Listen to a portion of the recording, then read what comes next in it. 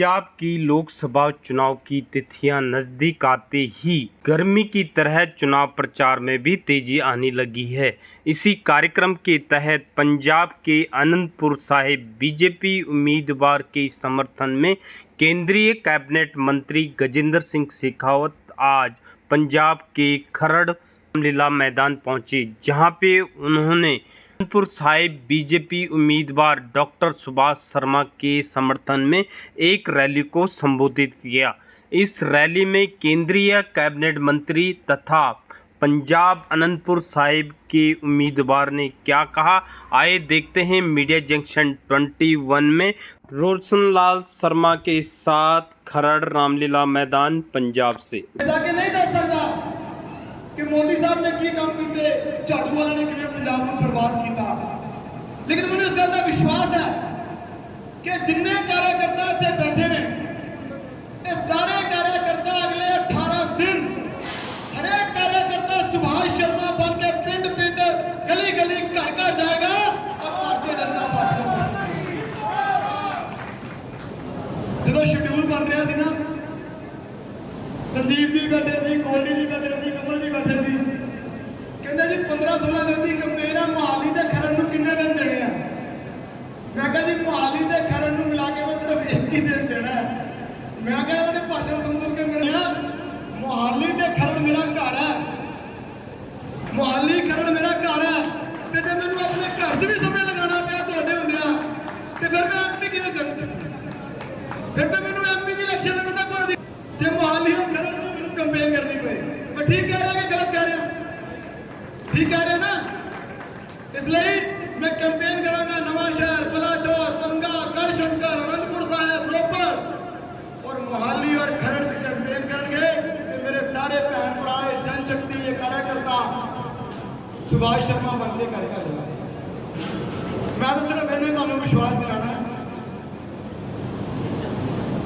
पिछले 3 दिनों श्री अनंतपुर साहब हल्के के हजार लोगों के मैंने फोन आ रहे लोग मिल। Hey there, it's Meenakshi Dutt. Whether it's perfecting your makeup skills, getting that flawless bridal look, or indulging in luxury treatments, MDM is here for you. Visit us in Sector 35 Chandigarh or Sector 20 Panchkulla. Book your appointment today.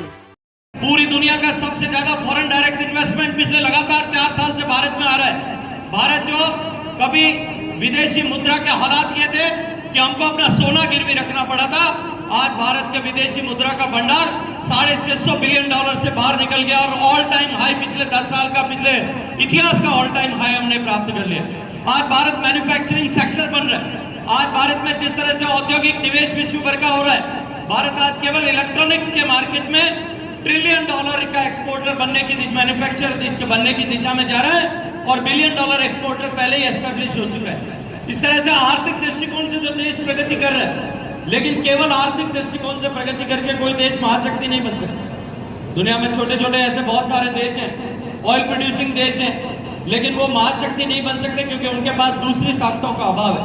वो आगे लिखते हैं कि दूसरी ताकत है कि कोई भी देश टेक्नोलॉजी की दिशा में आगे काम करे और टेक्नोलॉजी की दिशा में आगे प्रगति करे तो वो देश महाशक्ति बन सकता है। और उन्होंने कहा कि hydrogen manufacturing, green hydrogen manufacturing से लेकर के सैटेलाइट तक जिस तरह से भारत ने सभी क्षेत्रों में अपना लोहा पूरी दुनिया के सामने स्थापित किया है, उसके चलते हुए आज भारत उस दिशा में भी दुनिया को लीड करने के लिए आगे बढ़ रहा है। लेकिन उसने कहा केवल टेक्नोलॉजी से अगर कोई देश महाशक्ति बन जाता तो ताइवान बन जाता, तो शायद कोरिया और जापान बन जाते, लेकिन केवल टेक्नोलॉजी के आधार पर नहीं बन सकते। उन्होंने कहा कि तीसरी ताकत होती है मिलिट्री पावर, सामरिक शक्ति उस देश की बढ़नी चाहिए।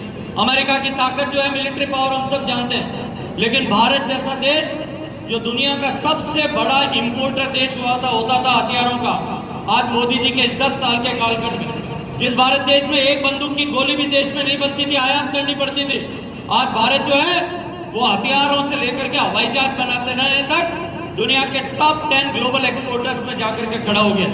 आज भारत ने जो तेजस का हवाई जहाज बनाया, लाइट कॉम्बैट एयरक्राफ्ट, उसको खरीदने के लिए अमेरिका से लेकर के मलेशिया तक 14 देश पंक्तिबद्ध होकर के मोदी जी के सामने खड़े, क्योंकि वो दुनिया का सबसे श्रेष्ठ लाइट और सबसे सस्ता लाइट कॉम्बैट एयरक्राफ्ट है। मैं आज इस मंच पे खड़े होकर के जिम्मेदारी के साथ में एक बात कह सकता हूँ, हम हवाई जहाज बनाने में दुनिया में बहुत पीछे रह गए। 5वां जनरेशन का 5th एंड 5.5 जनरेशन का रफाल जब हमने खरीदा, 30 साल से भारत में कोई हवाई जहाज खरीदा भी नहीं गया था, हमारी एयरफोर्स कमजोर हो गई। जब खरीदा था पिछली बार कितना विवाद करने की कोशिश की, लेकिन आज मैं जिम्मेदारी से इस मंच पर खड़े होकर के कह रहा हूं कि जब 6ठी जनरेशन का हवाई जहाज दुनिया में कहीं बनेगा, चाहे अमेरिका में बनेगा, चाहे रशिया में बनेगा, चाहे फ्रांस में बनेगा, चाहे जर्मनी में बनेगा या इंग्लैंड में बनेगा, उसके साथ में भारत में भी 6ठी जनरेशन का एयरक्राफ्ट बनेगा। हम दुनिया के उस क्लब में जाकर के एकत्रित हो गए। भारत सामरिक ताकत बन रहा है और दुनिया की सबसे बड़ी सामरिक ताकतों की श्रृंखला में आकर के खड़ा हो गया। तो उसने कहा कि ये 3 तरीकों से भी भारत जो है वो तीनों तरीकों से भारत आज इस मुकाम पर पहुंच गया। मैं चौथा चीज उसने कहा कि चौथी चीज जो होती है वो होती है कि ह्यूमन रिसोर्स पावर। भारत के लोग गरीब थे और मूलभूत आवश्यकताओं के संघर्ष के लिए जूझ रहे। सामान्य आवश्यकताएं, छोटी छोटी आवश्यकताएं, रोटी, कपड़ा, मकान, घर, बिजली, स्वास्थ्य की चिंता के लिए भारत की आधी आबादी जो है उस संकट से जूझ रही। माननीय मोदी जी की सरकार बनी तब 2014 में 29.5% आबादी बीपीएल के नीचे थी। पिछले 10 साल में आपके प्रेम, आपके समर्थन, आपके समर्पण से बनी हुई सरकार के चलते हुए आज 25 करोड़ लोग गरीबी की रेखा से बाहर निकल रहे हैं और निकल चुके हैं और केवल 11% आबादी जो है वो आज बीपीएल के नीचे बची है। और आने वाले 5 साल के 10 साल के कालखंड में भारत को इस गरीबी से मुक्त कराने का काम प्रण लेकर के, संकल्प लेकर के हम काम करते हैं। जिस तरह से संपूर्णता और समग्रता के लक्ष्य को लेकर के माननीय मोदी जी की सरकार ने काम किया, उसका प्रभाव आज दिखाई देने लगा। लेकिन इन 4 चीजों से होकर के कोई देश जो है वो महाशक्ति बन सकता है। भारत की ह्यूमन रिसोर्स पावर जो है मोदी जी के नेतृत्व में आगे बढ़ रही है। पहले देश में कोई काम करने वाला आदमी होता था, IIT पास होता था, IIM पास होता था, सीधा विदेश में जाता था, वहां जाकर के विदेशी कंपनियों के लिए काम करता था। आज विदेश में काम करने वाले भारत के बच्चे भारत में आकर के वापस काम कर रहे हैं। स्टार्टअप्स की दुनिया में हम दुनिया के 1 नंबर पर पहुंचने की दिशा में आगे बढ़ रहे हैं। हम दुनिया की 3rd लार्जेस्ट स्टार्टअप इकोनॉमी जो है वो इकोसिस्टम बनकर के दुनिया में उभरे। हम दुनिया के सबसे ज्यादा जो है यूनिकॉर्न्स बनाने वाले जो $1 बिलियन से ज्यादा के स्टार्टअप्स हैं वो 110 से 111 स्टार्टअप्स $1 बिलियन स्टार्टअप्स बनाने वाले देश बन गए। इस तरह से देश समग्रता के साथ में जो प्रगति कर रहा है, तब वो नोबेल लॉरेट लिखता है कि भारत 3री या 4थी आरते जो है महाशक्ति बनने की दिशा में आगे बढ़ रहा है। लेकिन उसने जो अपना अंत में जो उसने बात कही, मुझे लगता है कि हम सब भारतीयों को 140 करोड़ भारतीयों के, चाहे हम किसी भी राजनीतिक प्रतिबद्धता से संबंध रखते होंगे, हम सबको गर्व उसके ऊपर होना चाहिए। उसने लिखा कि इन 4 चीजों को लेकर के कोई देश जो है वो महाशक्ति तो बन सकता है, लेकिन विश्व का गुरु नहीं बन सकता। विश्व का गुरु कल्चरल पावर से बनता है और वो भारत के पास में है। भारत जिस दिन महाशक्ति बनेगा उस दिन विश्व गुरु भी बन जाएगा। और मित्रों, मैं आज आप सबके सामने कहना चाहता हूं, राम मंदिर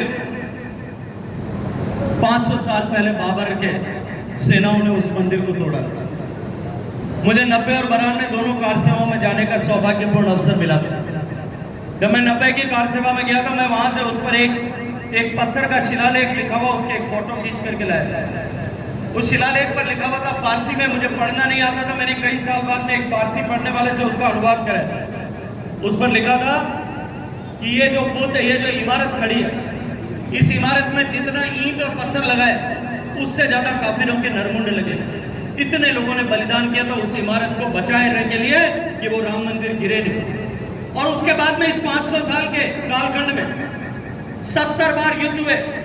उन 70 बार युद्धों में सभी लोगों ने युद्ध किया। नियमों ने जाकर के उस पर कब्जा किया था। पहला जो FIR उनके ऊपर रजिस्टर हुई थी। इस 70 साल के कालखंड में 3 लाख लोगों ने इस राम मंदिर को बनाने के लिए वापस धरती पर बने, उसी धरती पर बने, उसके लिए बलिदान किया था। 70 साल तक हमने न्यायालय में लड़ाई लड़ी थी, लेकिन जो अधर्म के साथ में खड़े लोग हैं उन्होंने पहले तो कहा कि राम हुआ नहीं। उन्होंने एफिडेविट फाइल किया कि राम तो कपोल कल्पना है, वो तो कथा का पात्र मात्र है। बाद में उन्होंने राम को रोकने के लिए कोशिश की। जय श्री राम। जय श्री राम।